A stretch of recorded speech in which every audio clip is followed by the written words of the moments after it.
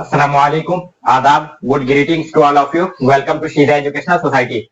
In our last class, we have seen some important sentences. We are going to see another some sentences ahead. ठीक है, आगे के कुछ sentences हम देखने वाले हैं.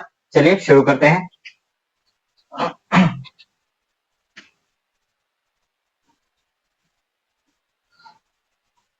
I always try to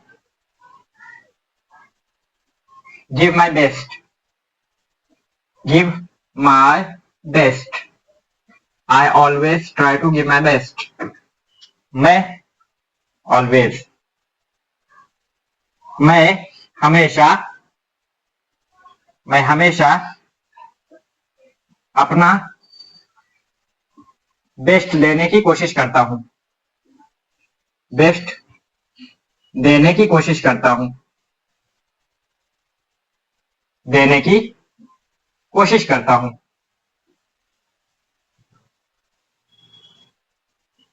कोशिश करता हूं यानी कि मेरी हमेशा कोशिश रहती है कि सबसे बेहतर जो मैं कर सकता हूं वो मैं करने की कोशिश करता हूं. I always try to give my best.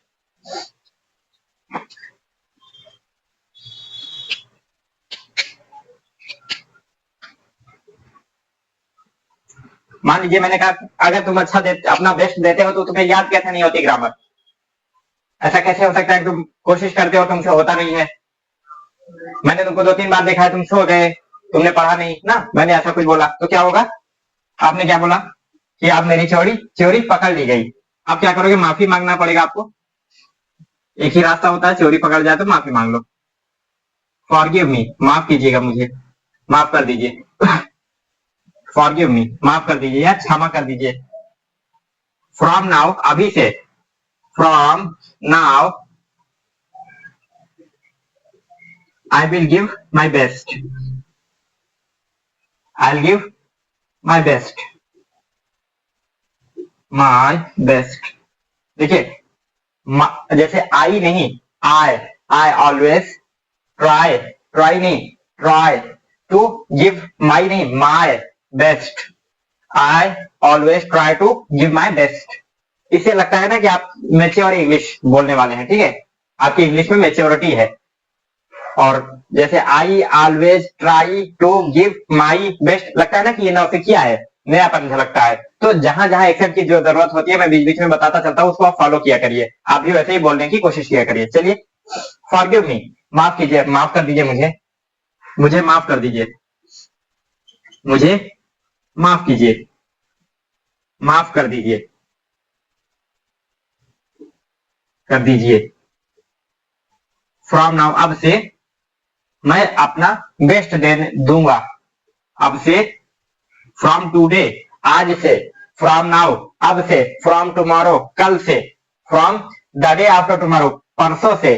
समझ में बात आई यहां पर चेंज करने से. अब से मैं अपना बेस्ट दूंगा. बेस्ट दूंगा. अब से मैं अपना बेस्ट दूंगा. फॉरगिव मी, माफ कर दीजिए मुझे माफ कर दीजिए. अब से मैं अपना बेस्ट दूंगा. Forgive me, I will give my best. या फिर मैं अपना बेस्ट देने की कोशिश करूंगा. I will try to give my best. Try to give verb की फर्स्ट फॉर्म. ठीक है, चाहे आप इसको इन्फिनेटिव मान लीजिए या फिर एज अ लिंकिंग वर्ब मान लीजिए, दोनों बात वही हुई. मुझे माफ कीजिए, नोट कीजिए इसको.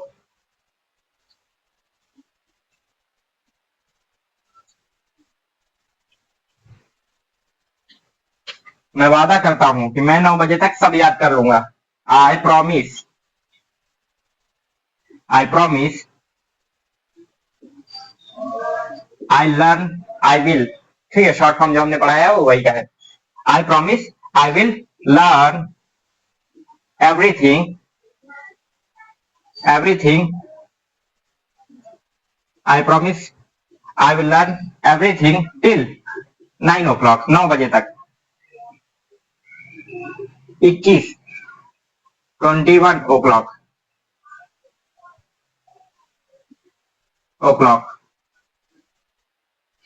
रात 9 बजे।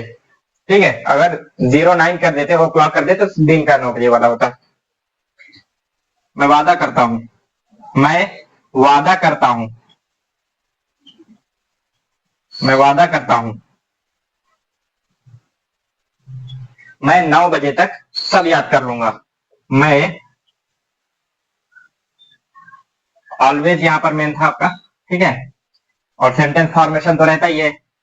Forgive me, from now, I promise, I learn everything till 9 o'clock, till. ठीक है, टिल का यूज। मैं 9 बजे, 9 बजे तक सब याद कर लूंगा, सब याद कर लूंगा, या कर लूंगी, आप जो हो उसके हिसाब से।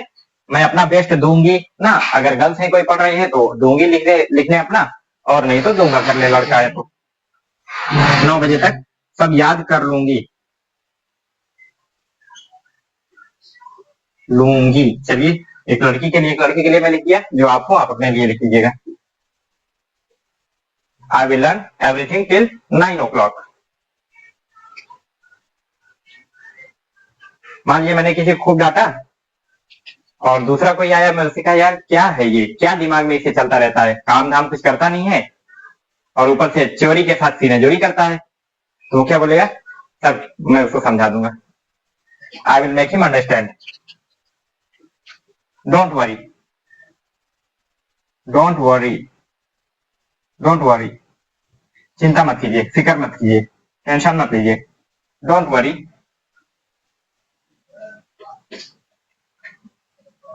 I will, I will make him understand, I will make him understand,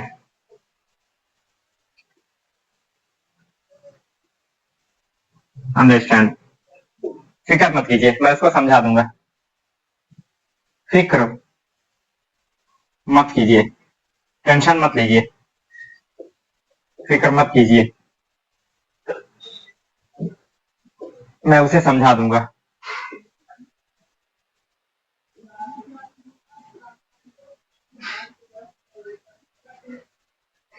समझा दूंगा, I will make him understand, मैं उसे सब कुछ समझा दूंगा। I will make him everything understand, I will make him everything understand, मैं उसे सब कुछ समझा दूंगा। I will make him everything understand, don't worry, I will make him understand, tension मत लीजिए, मैं उसको समझा दूंगा।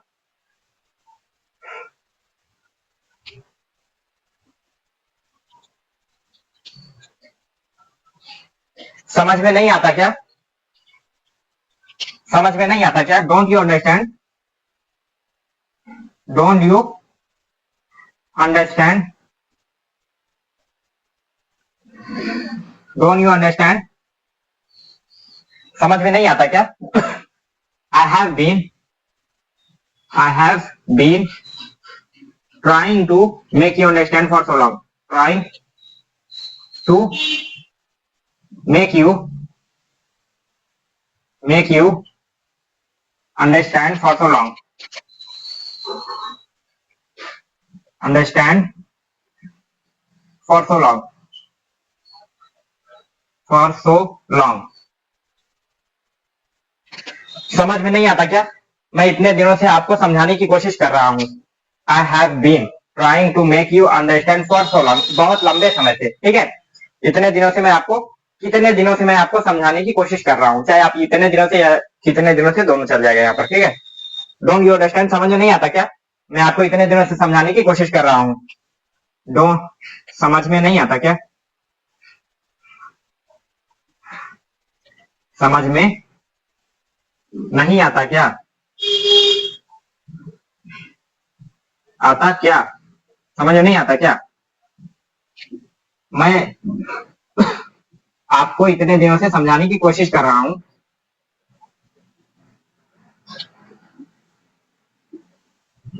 इतने, मैं आपको इतने दिनों से समझाने की कोशिश कर रहा हूँ, समझाने की कोशिश कर रहा हूँ। कोशिश कर रहा हूं।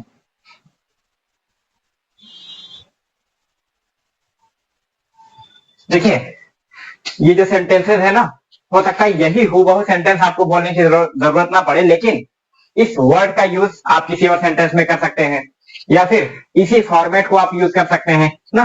तो कभी कभी होता है कि रूल आप याद करके थक जाए, नहीं बना पाएंगे।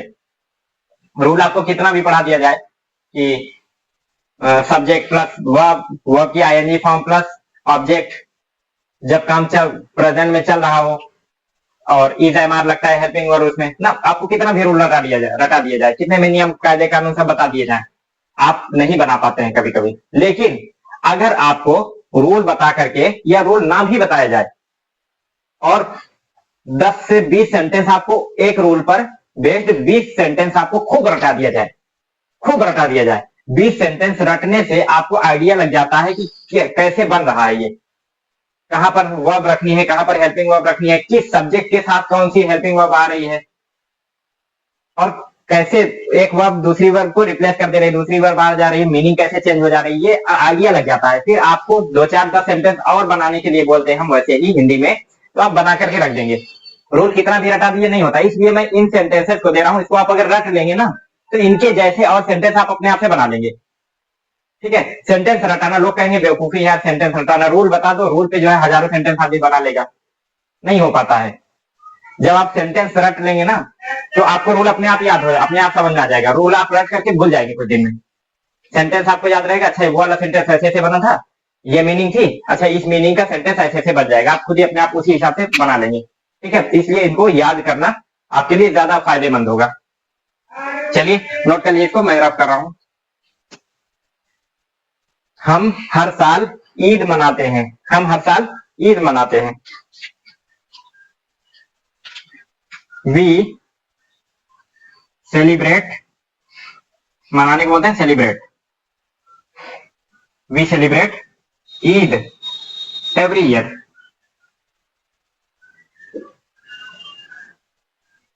Every year. देखिए अब जैसे मैंने बोला कि आप सेंटेंस चेंज कर सकते हैं, जैसे हम हर साल ईद मनाते हैं, हमने ये बोला, आप क्या बोल सकते हैं, हम हर साल दीपावली मनाते हैं, we celebrate Deepawali every year, we celebrate freedom Independence Day, we celebrate Independence Day every year, we celebrate Republic Day every year, we celebrate Diwali every year, we celebrate Holi every year ना। थोड़ा सा चेंज करके आपको नया सेंटेंस मिल जा रहा है, एक सेंटेंस याद कर लेंगे अगर आप तो उसकी मीनिंग समझ लेंगे, फिर उसमें थोड़ा सा फेर बदल करके आप बना सकते हैं। ठीक है, we celebrate new year every year, हर साल हम नया साल मनाते हैं, हम हर साल ईद मनाते हैं, हर साल ईद मनाते हैं, ईद मनाते हैं।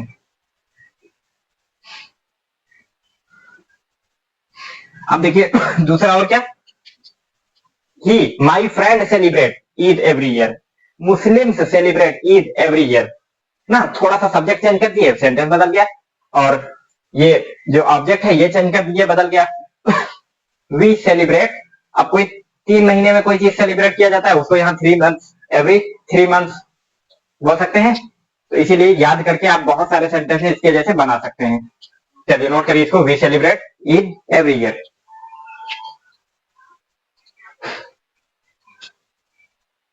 मेरे दोस्त ने पूछा यार क्या कर रहे हो आजकल, मैं बोलूंगा इन दिनों भाई कुछ नहीं, बस पढ़ा रहा हूँ आजकल, I am teaching now days, I am teaching, teaching nowadays, nowadays, now नहीं now, now, nowadays, इन दिनों, आजकल,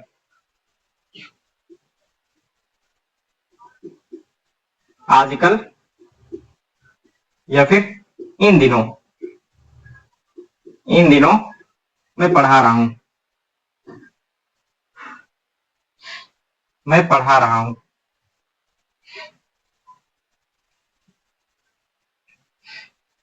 I am teaching now days, इन दिनों मैं पढ़ा रहा हूं। इधर आओ, अभी तुरंत,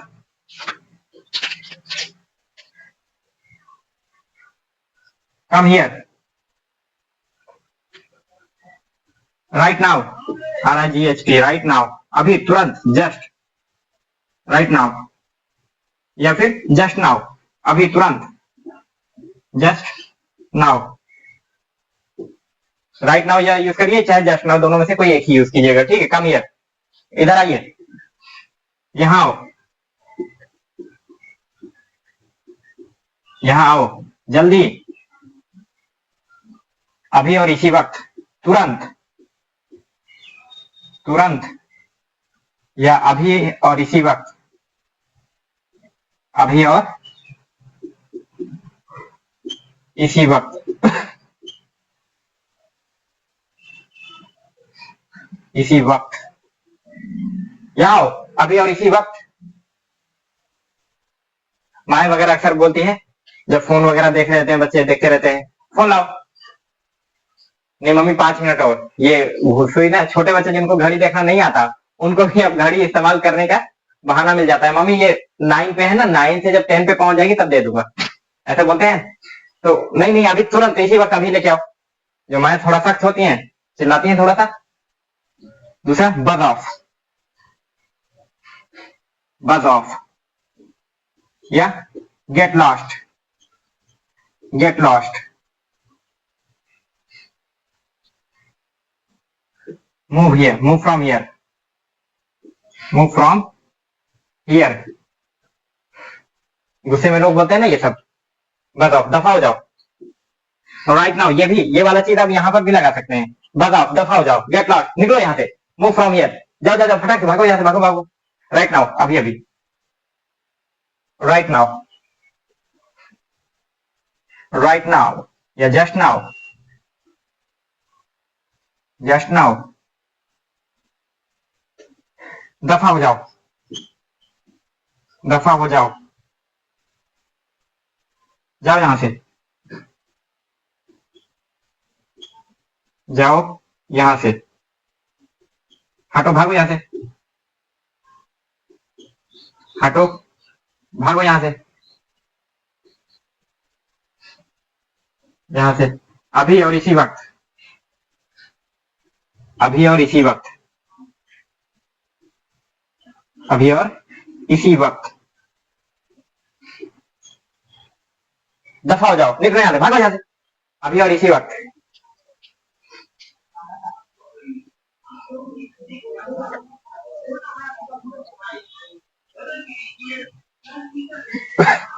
मैं आपको और नहीं झेल सकता, मैं आपको और नहीं झेल सकता, आई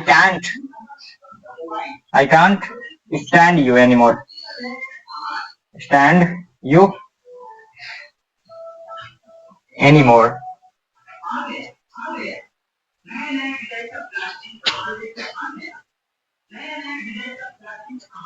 I can't stand you any more, मैं आपको और नहीं झेल सकता, मैं आपको और नहीं बर्दाश्त नहीं कर सकता, मैं आपको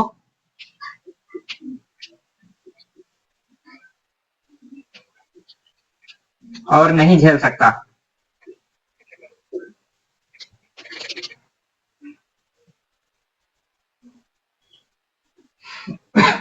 झेल सकता, या बर्दाश्त कर, नहीं बर्दाश्त कर सकता, बर्दाश्त कर सकता, मैं आपको और नहीं झेल सकता, मैं आपको और बर्दाश्त नहीं कर सकता, बताओ, दफा हो जाओ यहाँ से, I can't stand you any more, ये सेंटेंस ही पूरा, एनी मोर, और ज्यादा, जस्ट नाउ, राइट नाउ, बताओ, ये सब इंपॉर्टेंट वर्ड्स हैं जो लोग अक्सर इस्तेमाल करते हैं और वजन आता है आपकी बातों में।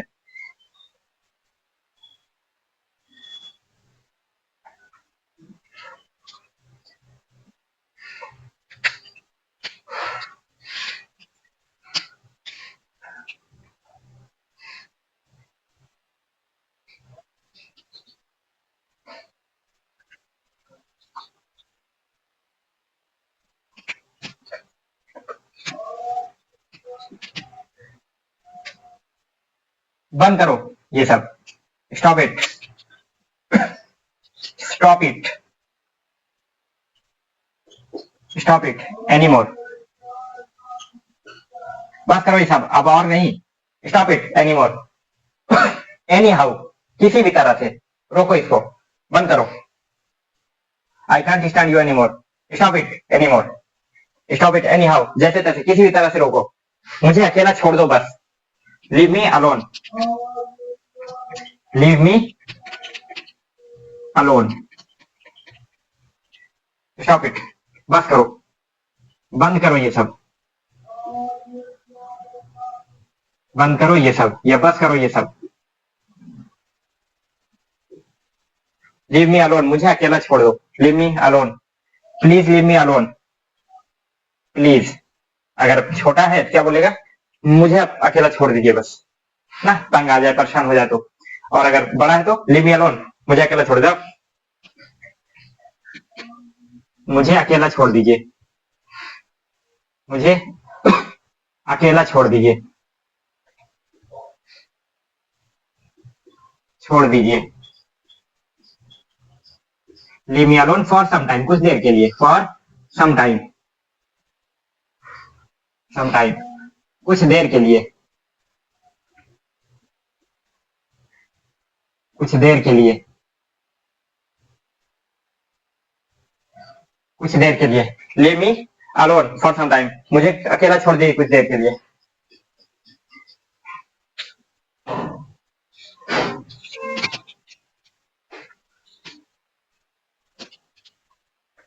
लीव मी अलोन, मुझे अकेला छोड़ दीजिए,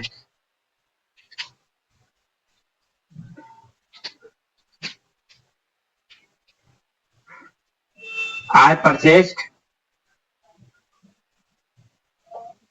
so many balloons, so many, कई सारे, so many balloons, balloons from fair, from fair, fair means Mela, balloons means गुब्बारे, मैंने मेले से कई सारे गुब्बारे खरीदे, I purchased, मैंने मेले से, मैंने मेले से कई सारे गुब्बारे खरीदे, कई सारे गुब्बारे खरीदे, खरीदे,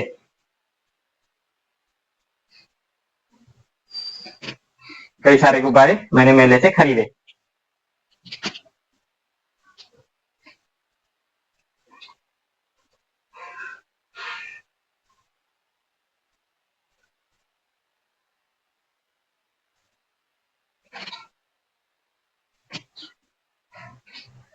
अब एक चीज और भी तो हो सकता है, रोकने की कोशिश करो, try to stop it, try to stop it any more, किसी भी तरह से उसको रोकने की कोशिश करो, ये सब रोकने की, बंद करवाने की कोशिश करो, try to stop it any more, उसको रोकने की कोशिश करो, try to stop him any more, try to stop him any more, हमें रोकने की कोशिश करो, try to stop us any more, try to stop us anyhow, जैसे किसी भी तरह से हमें रोकने की कोशिश करो, तो इसको चेंज करने से या आगे कुछ और लगा देने से ना, यहाँ पर बदल देने से सेंटेंस बदल जा रहा है, फॉर्मेट इसका बदल जा रहा है, नोट कर लीजिए, इसको रफ करता हूं,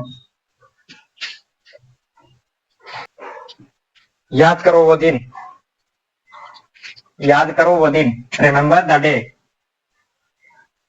रिमेम्बर, रिमेम्बर द डे, वो दिन, द डे, वो दिन, remember the day I scolded you, I scolded you and made you realized your mistakes.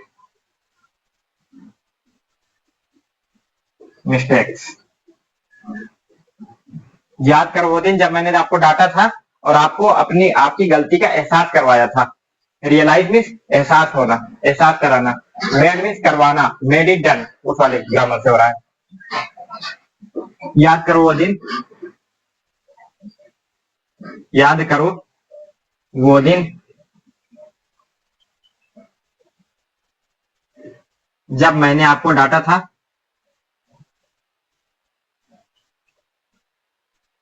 जब मैंने आपको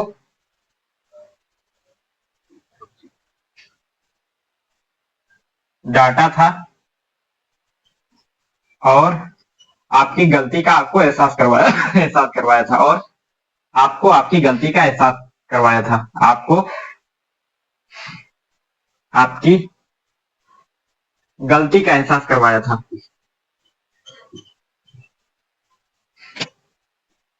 गलती का एहसास करवाया था, करवाया था, कराया था, करवाया था। Remember the day I scolded you and made you realize your mistakes. Remember the day, याद करो वो दिन, I scolded you and made you realize your duty. मैंने आपको आपका फर्ज याद दिलाया था। याद कीजिए वो दिन जब मैंने आपको आपका फर्ज याद दिलाया था। तो थोड़ी थोड़ी सेंटेंस में कुछ वर्ड्स चेंज करके हम पूरा सेंटेंस चेंज कर सकते हैं अपनी जरूरत के मुताबिक, जहां हमें जिस चीज की जरूरत होगी वो हम सेंटेंस फॉर्म कर सकते हैं, इस तरीके से बना सकते हैं।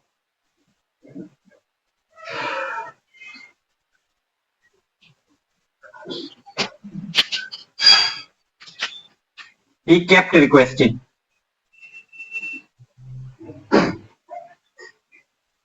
He kept, देखिए कीप का मतलब होता है कीप, जारी रखना। जैसे मैं लिख रहा हूं लिख रहा हूं लिख रहा हूं, यानी कि I kept writing, I am keeping writing, I am keeping writing, मैं लिखना जारी रख रहा हूं, मैं लिख रहा हूं। I kept, he kept,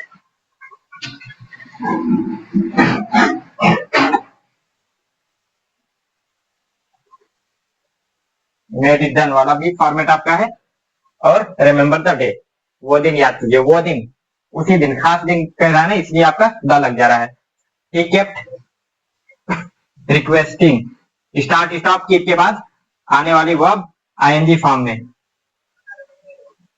he kept requesting, request means विनती करना, मिन्नत करना, समाजत करना। Sir please please sir please sir please sir sir sir sir जाने दिए सर सर सर एक दिन के लिए, सर एक दिन के लिए छुट्टी दे दिए। ये क्या है? कीप रिक्वेस्ट, रिक्वेस्ट करते रहना। He kept requesting, eventually, eventually,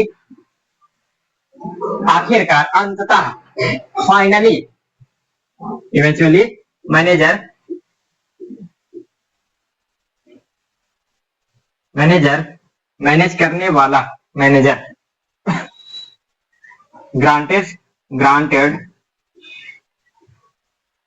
his leave,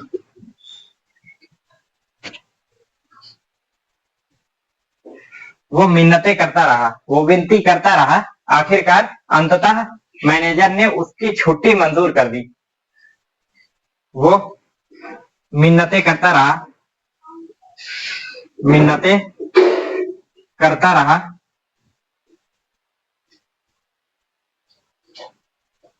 अंततः या आखिरकार, अंततः या आखिरकार, जो लिखना हो आपको लिख सकते हैं। आखिरकार, ऑब्लिक का मतलब होता है या तो ये दोनों में से कोई एक ही, दोनों नहीं। हाँ, आखिरकार लिख दोनों लीजिए, बोलने में आप खाली एक ही इस्तेमाल करेंगे। वह मिन्नतें करता रहा, अंततः या आखिरकार मैनेजर ने उसकी छुट्टी स्वीकार कर ली। मैनेजर ने उसे छुट्टी दे दी, छुट्टी दे दी, या उसकी छुट्टी स्वीकार कर ली, वो भी वही बात है। वो मिन्नतें करता रहा, अंततः या आखिरकार मैनेजर ने उसे छुट्टी दे ही दी।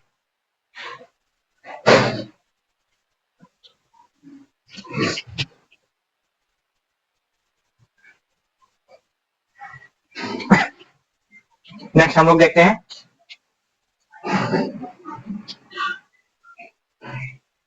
It's rocking, rocking performance, performance, it's rocking performance.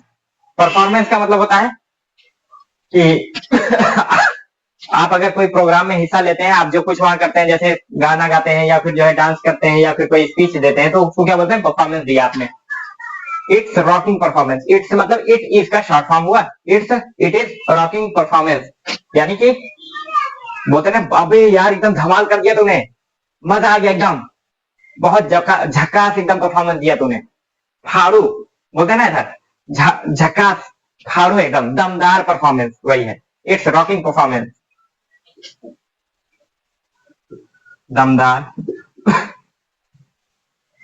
धातु लिख लीजिए, वो भी लिख लीजिए, वह लीगल नहीं है, लेकिन जो चीजें मैं समझाता हूँ आपको, बोलता हूँ, तो आपको मजा आता है ना, तो उस चीज को आप नोट्स में लिख लिया करिए, ताकि जब आप उसको पढ़ने लग जाए फिर भी वही मजा है जो अभी आपको पढ़ते टाइम आ रहा है।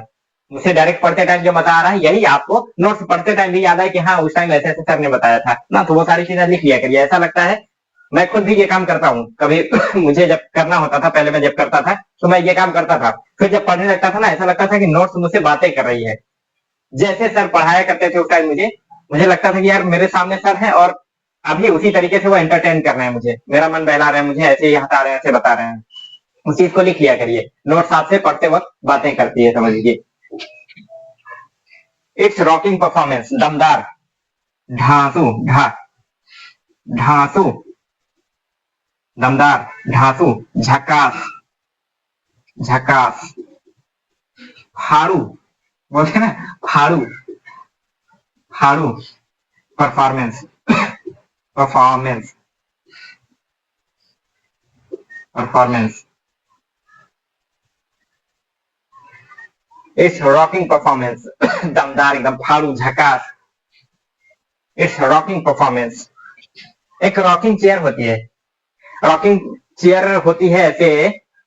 अच्छा, एक गाना वो आता है, बच्चों को, आप लोग आपके घर में जो बच्चे होंगे वो देखते होंगे, लकड़ी की काठी, काठी पे घोड़ा, घोड़े की दुम पे जो मारा होता है, और उसमें क्या होता है, एक ऐसी, ये घोड़ा घोड़ा जो बना हुआ है, अरे यार मुझसे बनता नहीं ना घोड़ा वोड़ा, हमारी ये घोड़ा है, तो इसको ऐसे इस तरीके की लकड़ी की काठी पर, लकड़ी काठी मतलब लकड़ी होता है, काट का मतलब लकड़ी होता है, ठीक है, ऐसा कुछ होता है घोड़ा, इस पे इसको बैठाया होता है। अब ये ऐसे ऐसे झूलती है ना, अब जो है जब जो है आप, एक चेयर होती है ऐसी, और उसमें ऐसे ये होता है टेक लगाने वाला पीछे, और इसमें आदमी बैठता है ना,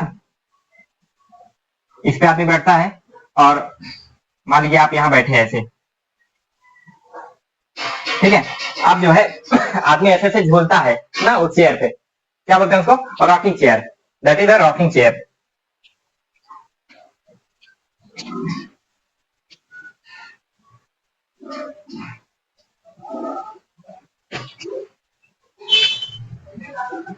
माई, उसका भी सेंटेंस बना लेते हैं, my grandmother, grandmother was sleeping, sleeping, sleeping on the rocking chair, on the rocking chair,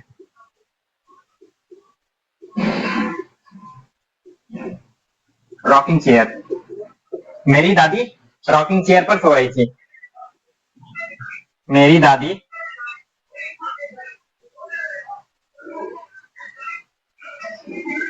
rocking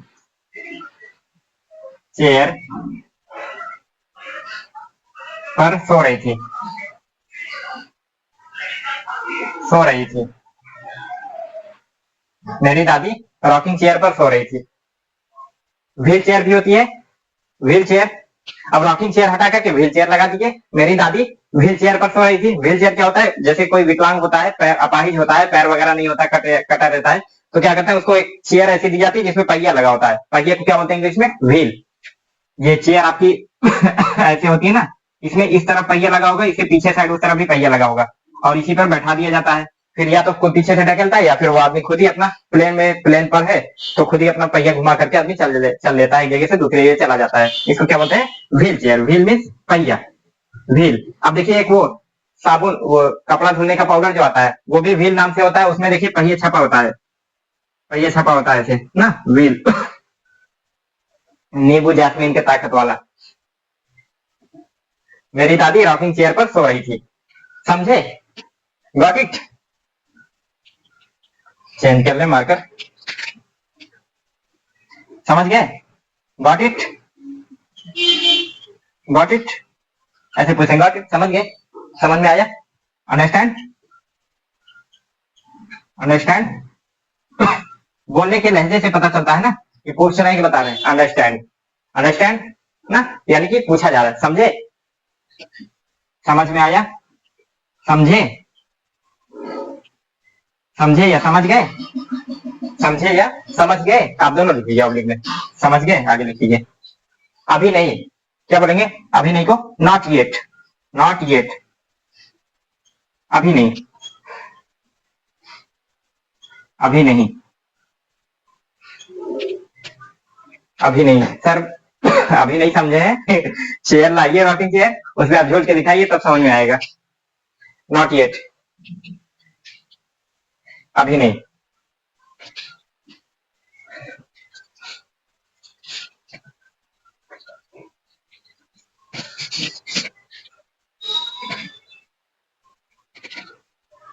राष्ट्रपिता कौन है? राष्ट्रपिता कौन है? Who is the father of nation? Who is the father of nation? Father of nation. राष्ट्र यानी देश। देश के पिता कौन है? अब्बा, पापा ना, बाबूजी। Who is the father of nation? Mahatma Gandhi is the Bapuji of nation. देखिए, जो वर्ड, जो शब्द है ना, जिस तरीके से इस्तेमाल किए गए हैं उसको इस्तेमाल करिए तो ठीक है, और उसको अगर चेंज कर दीजिए तो मतलब बिल्कुल बदल जाता है। मतलब बदल जाने का क्या मतलब कि बुरा लगने लग जाता है। जो चीजें पहले अच्छी लगती हैं वो बुरी लगने लग जाती हैं। जैसे अगर किसी के कहो महात्मा गांधी भारत के अब्बा हैं, वो क्या बोल गए तुम? अब्बा हैं। अब वही ये बोल दिए महात्मा गांधी जी राष्ट्रपिता हैं, एकदम आराम से सुकून से सुन लेगा, वो कुछ नहीं बोलेगा। दूसरी चीज, शब्दों का चयन जो है ना, लफ्जों का चुनाव जो है, बहुत जबरदस्त भूमिका निभाता है आपकी किसी भी बातचीत में। और सामने वाला आपकी बात मानेगा या नहीं मानेगा, या फिर वो गुस्सा हो जाएगा या फिर उस बात से खुश होगा, ये आप किस तरीके से उससे बातचीत करते हैं, कौन सा लफ्ज, कौन सा शब्द, किस वर्ड्स को, किन वर्ड्स को आप यूज कर रहे हैं, उस पर डिपेंड करता है। एक एग्जांपल देता हूं। अगर जो है, मान लीजिए मेरा एक दोस्त है कोई, उसका नाम है अमित मिश्रा। अमित मिश्रा। और मैं उससे जाकर के ये बोलूं, कहां पे पंडित हुआ, क्या हाल है, तो गुस्सा होगा वो इस चीज पे। और अगर मैं उससे जाकर के बोलूं, और अरे पांडे जी क्या हाल चाल है, कैसे हैं, मिश्रा जी क्या हाल चाल है, खुश होगा। दूसरा, मेरा एक दोस्त है रविश यादव। रविश यादव कोई दोस्त है मेरा, मैं उससे जाके बोलूं, अरे आइजा क्या हाल चाल है, गुस्सा आएगा वो इस चीज पे। आखिर हालांकि उसकी जात है, पंडित जात है उसकी, लेकिन वो शब्द जो है ना, वो वो जैसे बेइज्जती पूर्वक होता है, बेइज्जती पूर्ण शब्द, बेइज्जती भरा हुआ, बेअदब शब्द है वो, इसलिए उसको गुस्सा आएगी। अब मैं जाकर के उसे बोलूं, जो हमारा दोस्त यादव है, उसे क्या बोलूं, अरे यादव जी क्या हाल चाल, कैसे हैं ना, खुश होगा वो इस चीज से कि यार मेरी इज्जत कर रहे हैं ना। उसी तरीके से अगर कोई मुस्लिम भाई है हमारा, कोई नॉन मुस्लिम भाई आकर के उनसे मिलता है, क्या बोलेगा, आओ मुल्ला जी कैसे हैं, आओ ए मुल्ला क्या हाल, कैसे है भाई। अब लगेगा कि वो बेइज्जती है। और वही जाकर के बोले, अरे खान साहब कैसे हैं, क्या हाल चाल ना, तो वो खुश होंगे, अरे इज्जत दे रहा है मुझे, रिस्पेक्ट कर रहा है। तो ये आपके शब्दों का चयन बताता है कि सामने वाले पर आपका कितना असर होगा या कैसा असर दिखेगा। ठीक है, इसलिए शब्दों का चयन बहुत संभाल करके करना चाहिए। जैसे एक और एग्जांपल देता हूं कि भाषा, एक शब्द किसी दूसरी भाषा में अच्छा माना जा रहा है, वही शब्द दूसरी भाषा में वो गलत माना जाता है। कैसे? जिसका पति एक्सपायर हो गया हो, जिसके हस्बैंड दुनिया से चले गए हो ना हो, तो उस औरत को क्या बोला जाएगा हिंदी में? हिंदी में बोला जाएगा विधवा ना, विधवा। और भोजपुरी में वही शब्द देखिए, उसी औरत को क्या बोला जाएगा भोजपुरी में? हालांकि भोजपुरी में वो इज्जत वाला शब्द है, और उसी शब्द को अगर हिंदी में ला करके बोलेंगे तो लोग कहेंगे गाली दे रहा है। शायद आप लोग अंदाजा लगा भी चुके होंगे। उसको उधर क्या भोजपुरी में क्या बोलते हैं, राड़। राड़ एक वर्ड है ये, हालांकि उस भाषा में भोजपुरी में वो लीगल वर्ड है, इलीगल नहीं है, गलत वर्ड नहीं है, वो इज्जत वाला वर्ड है, वहां पे वही बोला जाता है। अब उसको हम हिंदी में ला करके बोलते हैं कि उसकी वो फला की वो, अब मैं रिश्ता नहीं बोलूंगा, वो ज्यादा गड़बड़ हो जाएगा, फला की वो राड़ हो गई है। हिंदी में अगर बोला जाए, अगर वही भोजपुरी एक्शन में ओकर फलानुआ राड़ हो गया, तो उसमें आदमी भी वही, सुनने वाला, बोलने वाला भी वही, अब वो समझ रहा है कि भोजपुरी में इसका क्या मतलब हो रहा है। अब अगर वही शब्द ला करके हिंदी में बोला जाए, उसकी फला राड़ हो गई, तो वो गलत मतलब निकल जाएगा, ठीक है, वो इलीगल वर्ड हो जाएगा इस भाषा के लिए, जबकि उस भाषा में वो लीगल था। तो इसलिए भाषा में शब्दों का चयन बहुत ही जरूरी होता है, ठीक है। सामने वाले पर आपका क्या असर होगा, ये आपके शब्दों के चयन पर निर्भर करता है, ठीक है, डिपेंड करता है। चलिए आगे बढ़ते हैं हम लोग। Who is the father of nation? राष्ट्र के पिता कौन है? देश के अब्बा कौन है? नहीं बोलना ऐसा, ठीक है। राष्ट्रपिता कौन है? राष्ट्रपिता कौन है? राष्ट्रपिता कौन है? Mahatma Gandhi? Mahatma Gandhi? Mahatma Gandhi is the father of nation. Father of nation. Mahatma Gandhi राष्ट्रपिता है। महात्मा गांधी राष्ट्रपिता है। राष्ट्रपिता है। महात्मा गांधी राष्ट्रपिता है। नोट कर लीजिए, इसको पॉज कर लीजिए और नोट करते रहिए, मैं रफ कर रहा हूं, ठीक है। आप फिर से चला करके आगे का देख सकते हैं जब लिख रहे हैं तो। बिल्कुल सही, महात्मा गांधी राष्ट्रपिता है, बिल्कुल सही, क्वाइट राइट, क्वाइट राइट।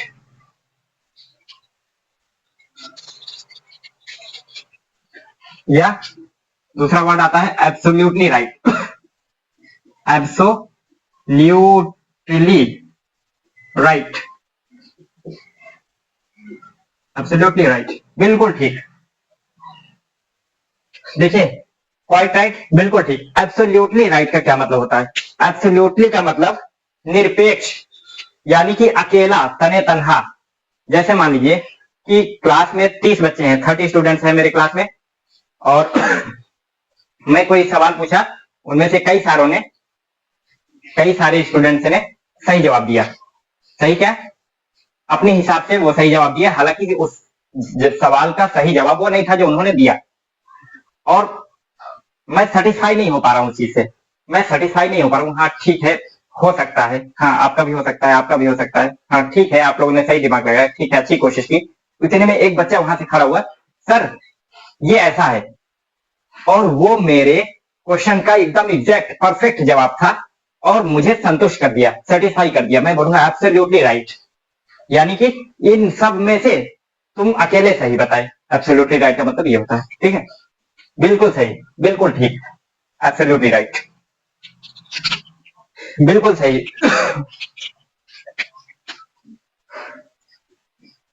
बिल्कुल सही, बिल्कुल सही, एब्सोल्युटली राइट, बिल्कुल सही। आइए आइए, स्वागत है आपका। मिश्रा जी कैसे हैं?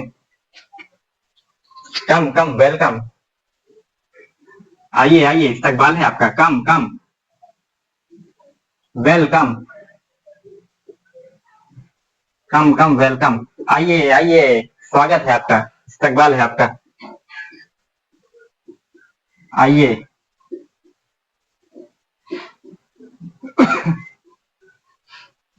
आइए आइए, इस्तकबाल है आपका।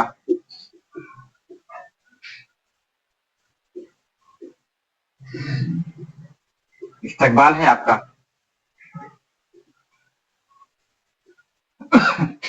पधार कर अच्छा किया आपने। कम कम, वेलकम।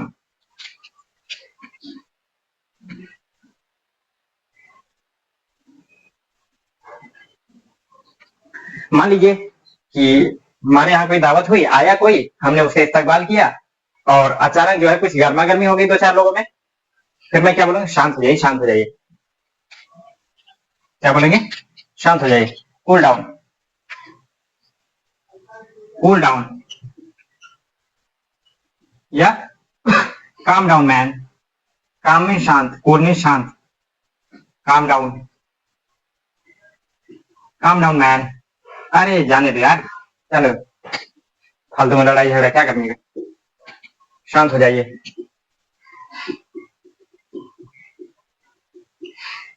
शांत हो जाइए, cool down, calm down man. अब ये तो आने पर इस्तेमाल हुआ, अब जब जाने लग जाएगा तो गुड बाय, गुड बाय, या फिर अलविदा, अलविदा, या फिर आस्ता लविस्ता, आस्ता लविस्ता, आस्ता लविस्ता, गुड बाय, अलविदा, आस्ता लविस्ता, अलविदा। विदा होने के ये तरीके हैं। अलविदा।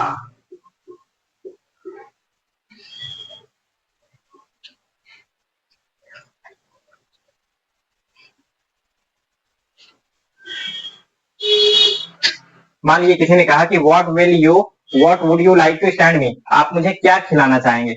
मैंने कहा मोमोज खा लिया। उसने कहा सच में?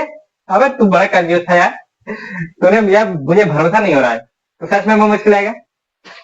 चल, क्या बोलेंगे इसको? क्या बोलेगा वो? Really, really will you stand me momos, सच में आप मुझे मोमोज खिलाएंगे? विल यू स्टैंड मी या फीड मी, जो आप लिखना चाहें, स्टैंड मी मोमोज, रियली, सच में, रियली।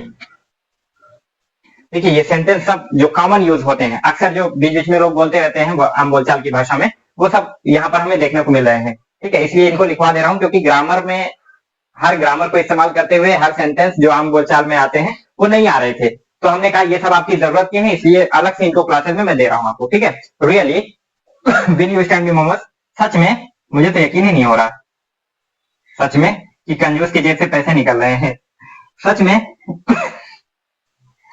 आप मुझे मोमोज खिलाएंगे, सच में आप मुझे मोमोज खिलाएंगे?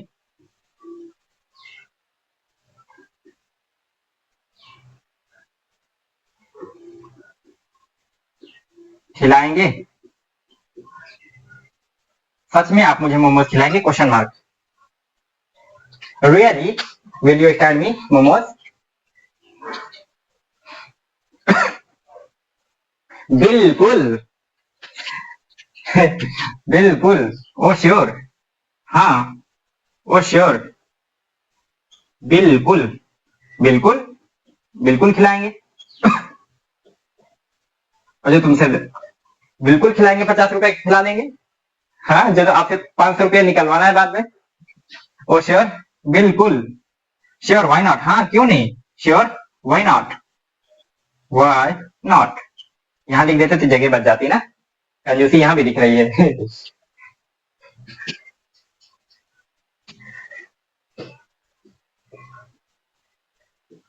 अगर इतना कंजूस होते ना तो ये लिखा हुआ था इसके इंक क्यों खराब करते फिर से मिटा के? कंजूस नहीं है हम। श्योर वाई नॉट, हाँ क्यों नहीं, हाँ क्यों नहीं, हाँ क्यों नहीं, श्योर वाई नॉट, हाँ क्यों नहीं, ओ श्योर, बिल्कुल,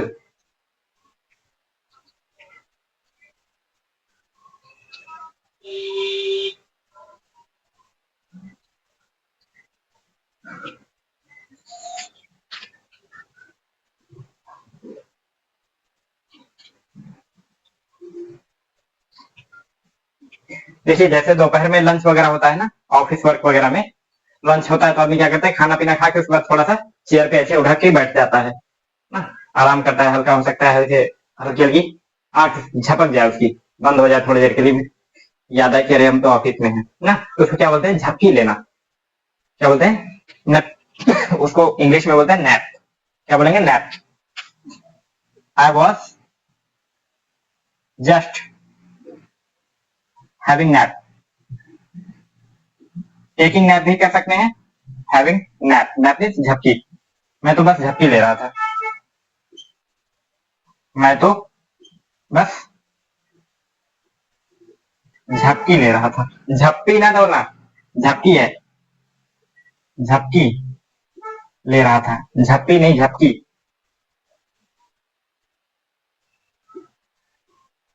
ले रहा था, मैं तो बस झपकी ले रहा था। मान लीजिए बॉस आकर के जो है ला दिया, ओए तुम्हारे चेहरे हिला कर रख देंगे, बता दे रहे हैं हम। I was just having nap, क्या बोलेंगे सर, सो थोड़ी रहते सर, हल्की सी नींद आ गई थी ऐसे ही ना, I was just having nap, मैं बस झपकी ले रहा था।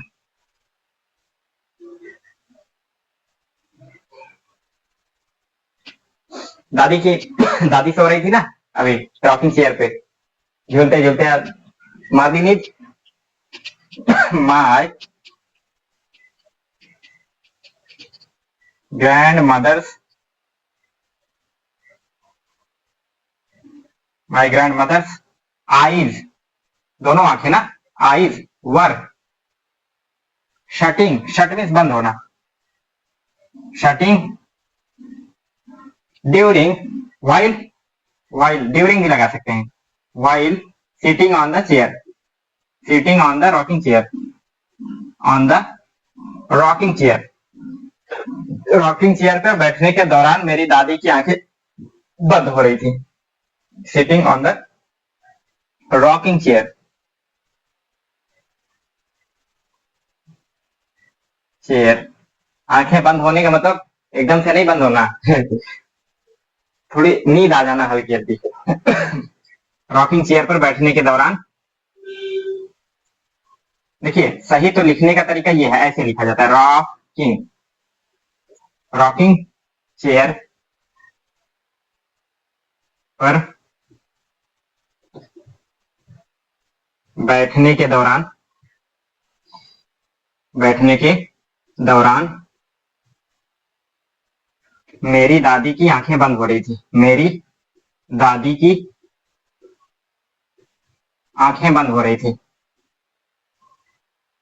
आंखें बंद हो रही थी, बंद हो रही थी, रही थी। रॉकिंग चेयर पर बैठने के दौरान मेरी दादी की आंखें बंद हो रही थी। My grandmother's eyes were shutting while sitting on the rocking chair.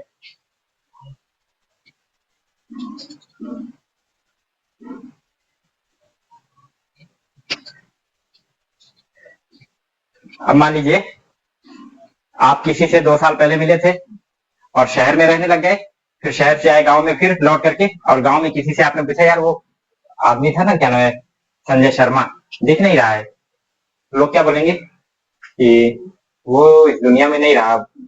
फिर क्या मतलब हुआ, वो अब इस दुनिया में नहीं रहा, यानी कि निकल लिया, वो अब इस दुनिया में नहीं रहा। क्या बोलेंगे, he is no more in this world, he is no more in this world, no more in this world, वो अब दूसरी दुनिया में चला गया। वर्ल्ड, देखिए वर्ल्ड जो शब्द वाला होता है उसमें एल नहीं होता है, और जो दुनिया वाला होता है उसमें एल होता है। He is no more in this world, वो अब इस दुनिया में नहीं है, अब वो इस दुनिया में नहीं है, यानी कि मर गया, खत्म हो गया, इंतकाल हो गया उसका, अब वो इस दुनिया में नहीं है, इस दुनिया में नहीं है, नहीं है। अब वो इस दुनिया में नहीं है। He is no more in this world. दूसरा एक तरीका और है, ही इज पास्ड अवे, गुजर गया, पास्ड अवे, या he has passed away, he is passed away, दोनों सही है। क्यों?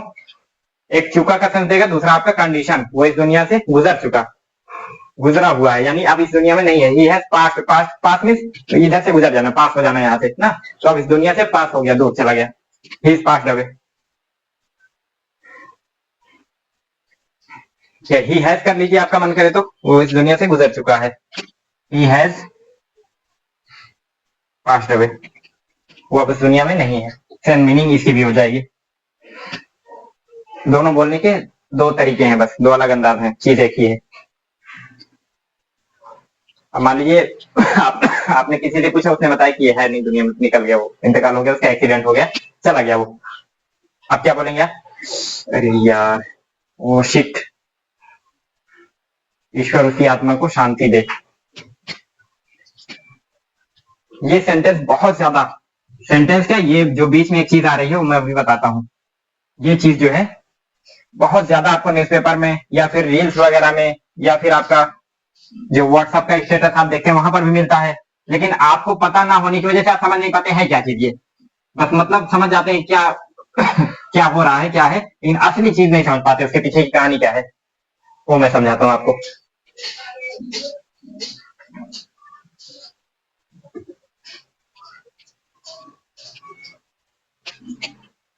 ईश्वर उसकी आत्मा को शांति दे, अल्लाह उसके रूह को सुकून दे ना, अलग अलग धर्मों के हिसाब से अलग अलग बोला जाता है। क्या बोलेंगे? ईश्वर उसकी आत्मा को शांति दे, भगवान उसकी आत्मा को शांति दे। May God rest his soul, his soul in peace, in peace. ईश्वर उसकी आत्मा को, ईश्वर उसकी आत्मा को शांति दे।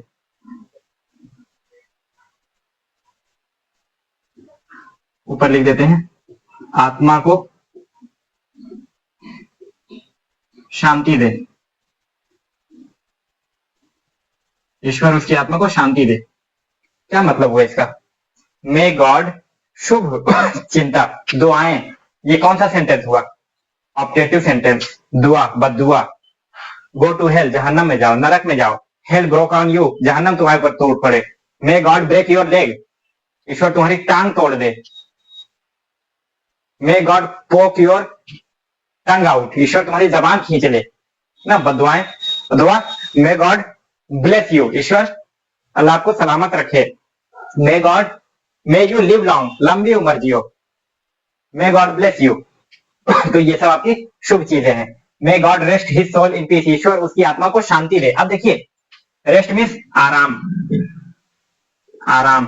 हिज मीन्स उसकी, उसकी। सोल मीन्स आत्मा, आत्मा या रूह बोलते हैं ना, उर्दू में क्या बोलते हैं? रूह। और पीस में शांति, शांति। क्या वर्ड है? Rest in peace. ये क्या होता है? ये और ये और ये आपको लिखा हुआ मिलता है ऐसे, RIP, RIP ऐसे लिखा हुआ मिलता है। कहाँ मिलता है? जब किसी की बुरी खबर सुनने को मिलती है, यानी कि कोई दुनिया से चला गया। जैसे कोविड के टाइम में मैंने जो देखा था, जहां जहां मैंने देखा वो मैं बता रहा हूँ। ऋषि कपूर, ये आपके रणबीर कपूर के पिताजी, जब वो एक्सपायर हुए थे कोविड में, तो उनके नाम, उनकी फोटो, नाम और श्रद्धांजलि देते हुए नीचे क्या लिखा हुआ था? Rest in peace, RIP। पूरा नहीं लिखा रहता, ऐसे लिखा रहता है, कोई समझ नहीं पाता इसको जल्दी, ठीक है। दूसरी चीज, और इरफान खान की भी डेथ हुई उसी टाइम पे। इरफान खान, क्या भैया ना, वो वाले, RIP, रिप। और उसके बाद फिर जो है, अभी एक वो डॉक्टर का रेप हुआ ना, एक वो थी, क्या नाम है, ट्रेनी थी, हॉस्पिटल में थी, तो वो 24 घंटे से ज्यादा ड्यूटी करने के बाद भी वो जो है हॉस्पिटल में कहीं किनारे जाकर के सोने जा रही थी, अटेंड करके सबको। कि जो है, और फोन करके माँ को शायद उसने बोला भी कि जो है हाँ थोड़ा काम ज्यादा हो गया, कोई दिक्कत नहीं, मैं मैनेज कर ले रही हूँ, हाँ मैं आराम करने जा रही हूँ, थक गई थोड़ा ज्यादा। और उसके साथ रेप हुआ, उसको मार डाला गया। उसके लिए भी जो व्हाट्सएप वगैरह पे लोगों ने स्टेटस लगाया, वहां पर क्या लिखा हुआ था, RIP। जिन्होंने लगाया शायद उनको भी ना पता हो ये चीज, कम लोगों को ही पता होगी ये चीज, ठीक है। रेस्ट इन पीस, ईश्वर उसकी आत्मा को शांति दे, इस बात को बोलने का शॉर्ट फॉर्म है RIP। समझ में बात आई। और हाथरस में कुछ भगदड़ वगैरह हुई थी, वहां पर लोगों की मौत हुई थी, और बहुत सारे कुछ खिलाड़ी एक आध थे बीच में, वो एक्सपायर हुए थे, उनके लिए रेस्ट एंड पीस। और कई सारे बलात्कार रेप केसेस यूपी में भी मिले ना, उसके लिए भी रेस्ट इन पीस। तो जहां कहीं भी किसी के श्रद्धांजलि दी जाती है कि ईश्वर उनकी आत्मा को शांति दे, ईश्वर उनको जन्नत में, वो स्वर्ग में जगह दे ना, ऐसी चीजें जब होती हैं तो वहां पर क्या बोला जाता है, RIP। समझ में आया। चलिए नोट कर लीजिए इसको, आगे चलते हैं हम लोग। May God rest his soul in peace, ईश्वर उसकी आत्मा को शांति दे, यही RIP, शांति में आराम, रेस्ट इन पीस।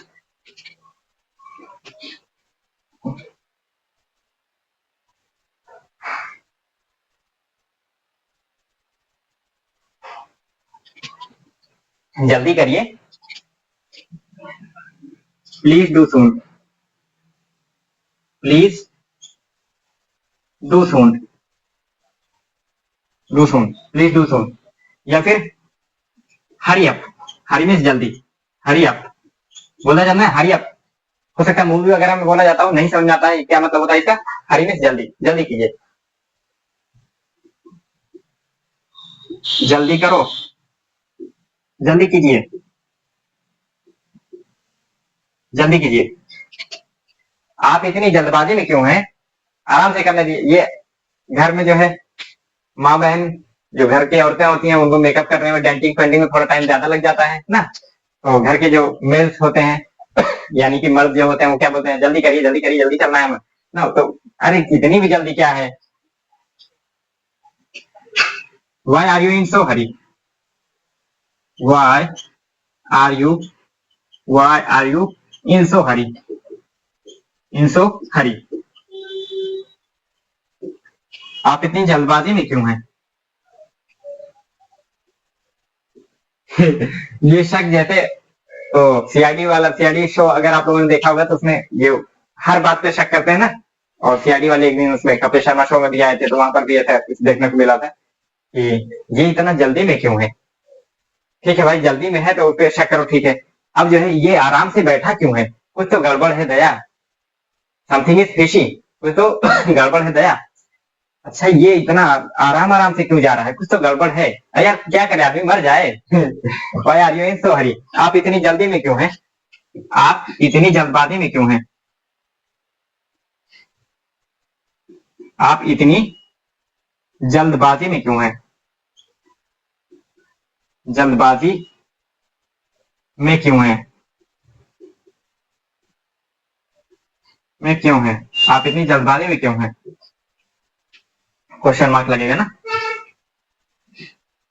आप इतनी जल्दबाजी में क्यों हैं, Y are you in so hurry, आप इतनी जल्दबाजी में क्यों हैं।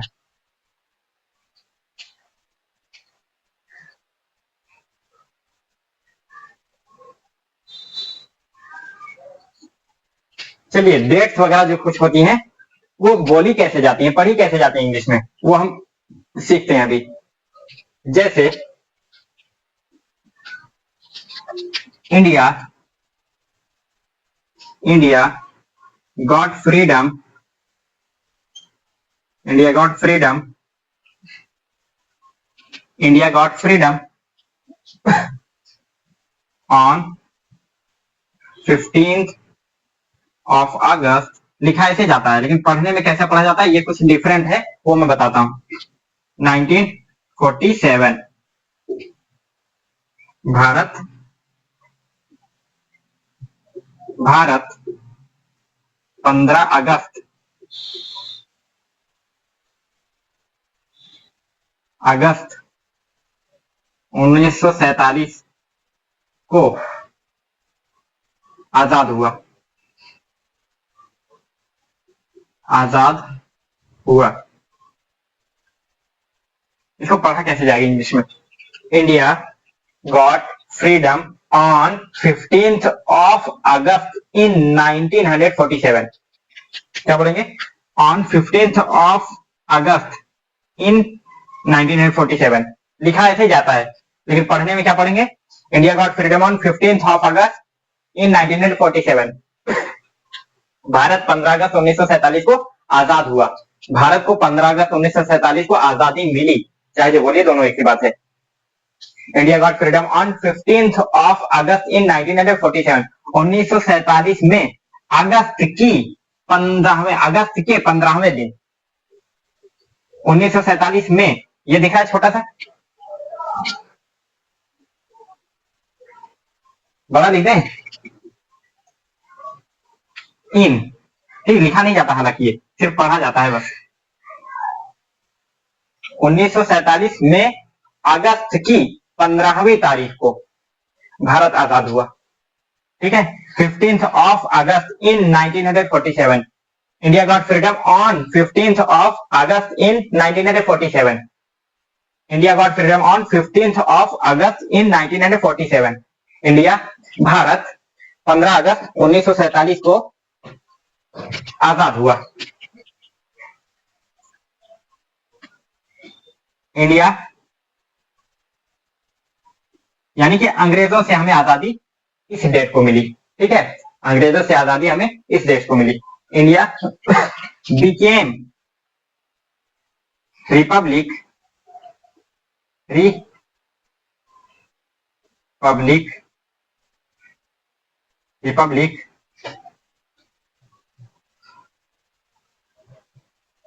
on 26th of January in 1950. भारत 26 जनवरी 1950 को गणतंत्र हुआ।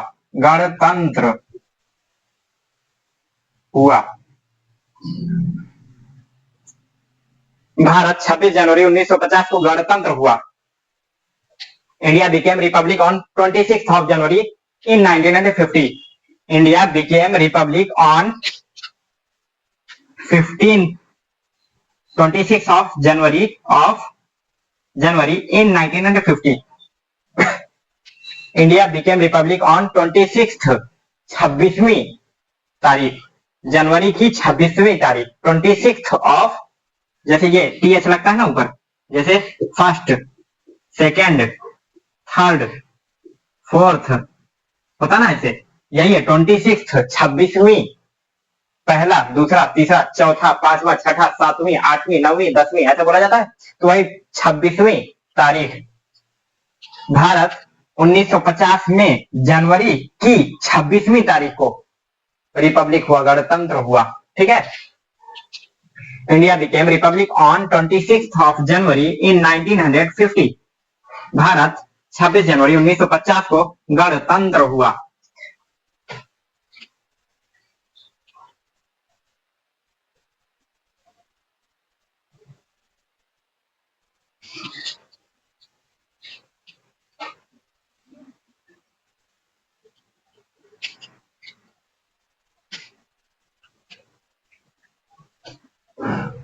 You can join Indian Army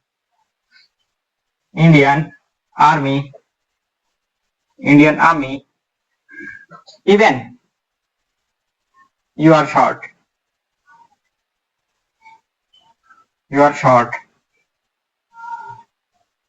You can join Indian Army. आप इंडियन आर्मी ज्वाइन कर सकते हैं भले ही, यद्यपि, भले ही आप छोटे हैं, हाइट कम है। कैसे?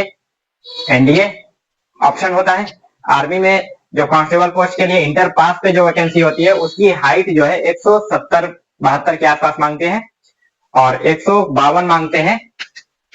कितना फर्क है?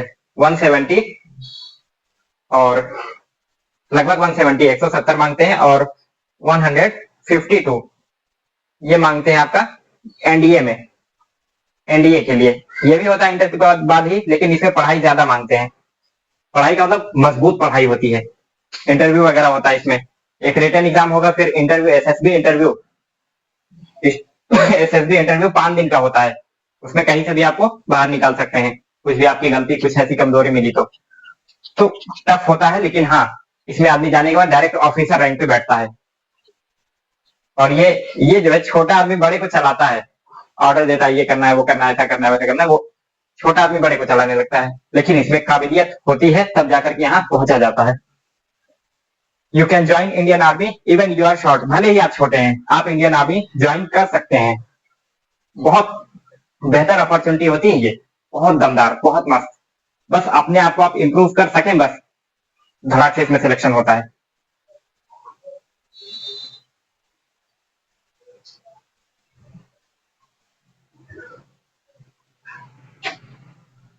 आप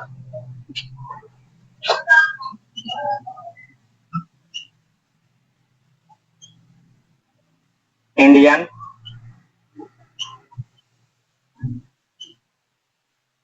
आर्मी ज्वाइन कर सकते हैं, या इंडियन आर्मी में शामिल हो सकते हैं, ज्वाइन कर सकते हैं, कर सकते हैं, भले ही आप छोटे हैं। उम्र में नहीं, कब की बात कर रहे हैं, भले ही आप छोटे हैं।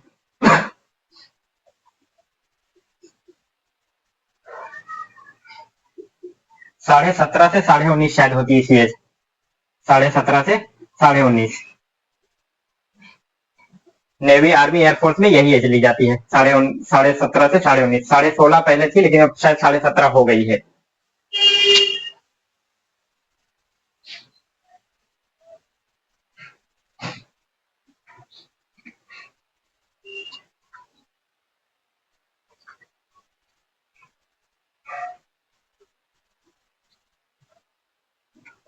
My uncle, my uncle, my uncle takes lukewarm warm saline water every morning, every morning.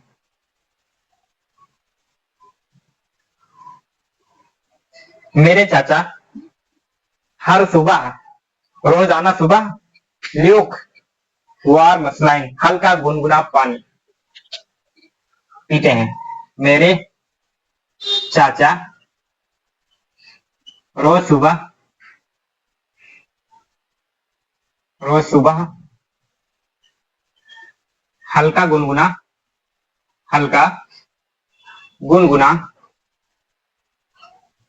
गुनगुना खारा पानी पीते हैं, यानी कि नमक डाल करके खारा पानी पीते हैं। ल्यूक वार्म स्लाइन वाटर, हल्का गुनगुना खारा पानी, lukewarm saline water. Event के लिए ये इंपॉर्टेंट था, ल्यूक वार्म स्लाइन वाटर। इसमें कुछ ना कुछ या तो ऐसा अलग से वर्ड होगा, या फिर ऐसी वर्ड मीनिंग होगी जो आपको आम बोलचाल की भाषा में बोली जाती है, लेकिन मिलती नहीं है, आपको पता नहीं चल पाता है कि आप इसको कैसे बोलेंगे, तो वो हम यहाँ पर कवर कर रहे हैं। मेरी क्लास चलने वाली है, इसलिए मुझे जाना पड़ेगा। My class is about to be conducted, चलने वाली है, कंडक्टेड। सो आता है, इसलिए I will have to go, I will have to go.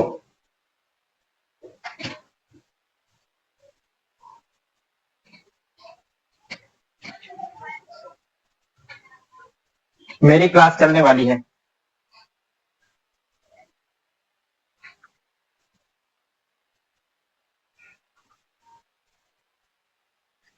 मेरी क्लास चलने वाली है।